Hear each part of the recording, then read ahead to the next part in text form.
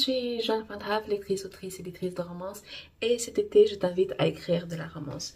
Je vais me servir de mon cahier d'exercice du pitch à la romance.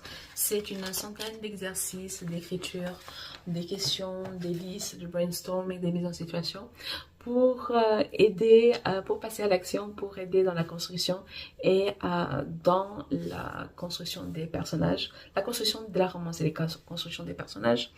Et je m'en sers comme ligne directrice. Donc nous avons parlé des lois de la romance. Donc une romance, c'est une histoire d'amour qui se termine bien. On a vu la richesse du pitch et de toutes les informations que le pitch peut nous offrir pour nous lancer, soit dans la préparation, soit dans l'écriture. Donc on a vu le pairing, on a vu les tropes et là tout de suite maintenant on va voir les conflits. Et les conflits vont de pair avec les tropes parce que quand on choisit un trope, chaque trope vient avec sa dynamique, vient avec euh,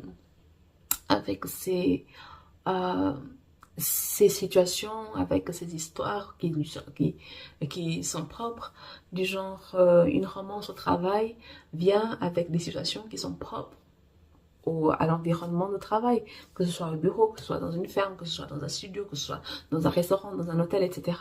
Ça vient avec des dynamiques qui sont propres à cet environnement-là et des conflits. Si on met en avant que c'est une romance au travail, on va mettre en avant les conflits de la romance au travail.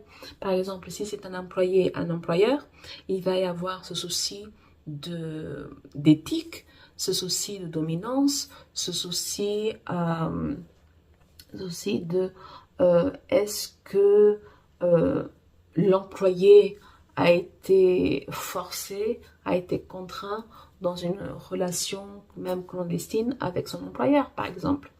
Alors que dans une romance au travail entre collègues, il n'y a plus du tout la même dynamique. Il y a aussi une romance au travail avec des personnages qui sont rivaux. Tous les deux veulent la même promotion, veulent le même poste. Il y a juste un seul poste, donc un des deux va sortir perdant. Donc comment ils vont gérer ça? Est-ce qu'ils vont se mettre les bâtons dans les roues? Est-ce qu'ils vont saboter l'autre? Est-ce qu'ils vont être honnêtes? Est-ce qu'ils vont être malhonnêtes? Comment ils vont faire pour avoir ce poste et tant pis pour l'autre? Donc vraiment, à partir du moment où on a un trope, on a forcément le conflit qui va avec. Bien sûr, ce n'est pas le seul conflit qui vient de l'histoire. Il y a des conflits qui viennent au-delà de la romance parce que les personnages ne vivent pas que pour l'amour. Ils ont des ambitions, ils ont des projets, etc. Donc, il peut y avoir d'autres types de conflits dans une romance. Mais dans l'histoire de l'amour, dans la reconstruction de la relation amoureuse, les tropes proposent, indiquent déjà quels sont les conflits et quels sont les conflits qui sont adaptés. Je suis en train d'écrire La milliardaire et le garde du corps. C'est une histoire de mariage forcé et de chantage. Donc la petite sœur de mon héros a essayé de voler mon héroïne. Elle a été prise en flagrant délit. Donc mon héros, il essaye de protéger sa sœur tout en acceptant qu'elle est responsable de ses actes, n'est-ce pas? Donc, mon héroïne lui propose le mariage, du genre, c'est soit la plainte et sa sœur part en prison, soit le mariage. Donc, c'est un chantage et dans ce cas-là, ce n'est même pas une question de mariage arrangé, c'est un mariage forcé.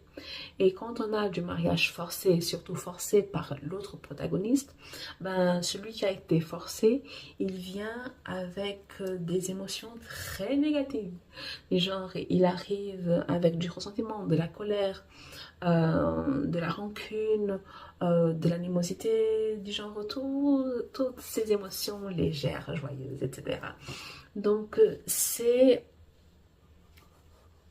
sont des émotions, des conflits qui viennent de pair avec le trope choisi. Par exemple, un des tropes qui sont la conséquence du mariage forcé, c'est la proximité forcée.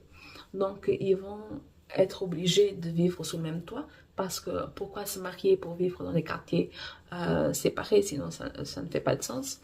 Donc, ils vont vivre sous le même toit mais avec toute cette animosité, toute cette rancune, etc. qui vient avec, toutes ces colères qui viennent avec, comment ils vont gérer ce vivre ensemble? Comment ça, du genre, est-ce que c'est du silence? Est-ce que ce sont des discussions, des disputes? Est-ce qu'ils vont être cordiaux? Est-ce qu'ils vont faire semblant que l'autre n'existe pas? Du genre, comment ils vont gérer cette situation? Comment ils vont gérer cette colocation? Donc, encore une fois, le trope dicte directement le type de conflit que peut y avoir.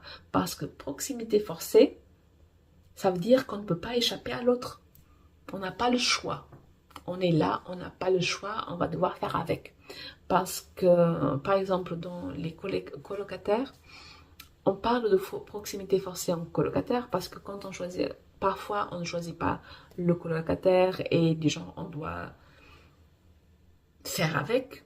Mais il y a des situations où la colocation a été choisie. Normalement, quand ça a été choisi, l'histoire est beaucoup plus facile à passer. Mais quand la colocation est forcée, genre on arrive, il y a déjà quelqu'un d'autre qui est là ou on n'a pas d'autre solution que celle-là, ben il faut faire avec et c'est pas toujours naturel et c'est pas toujours agréable et c'est pas toujours confortable. Donc encore une fois, je suis en train de me répéter, mais encore une fois, un trope vient avec ses propres dynamiques. Un trope vient avec ses propres conflits et avec ses propres solutions. Donc à partir du moment où on a son trope, eh bien, on a ses conflits. Au-delà de tous les autres qui viendront après. Mais à partir du moment où on a un trope, en tout cas le trope principal, eh bien, on a le conflit principal. Et l'exercice, après le trope, quels sont tous les conflits possibles et imaginables pour ce trope? Je ne veux pas dire qu'on va tous les utiliser, mais quels sont ceux qu'on pourra utiliser? Faites attention à la surenchère, ne mettez pas trop, ne mettez pas toutes les idées dans la même histoire, ça devient indigeste, ça devient illisible, ça peut être la pire histoire de l'histoire de l'existence, d'avoir toutes les idées dans une même histoire. Ne faites pas ça. Donc, faites une liste de tous les conflits possibles pour les tropes que vous avez choisis. Mais après, faites le tri. Attention à la surenchère. Je n'ai pas encore dit suffisamment dans ce truc-là. Faites attention à la surenchère.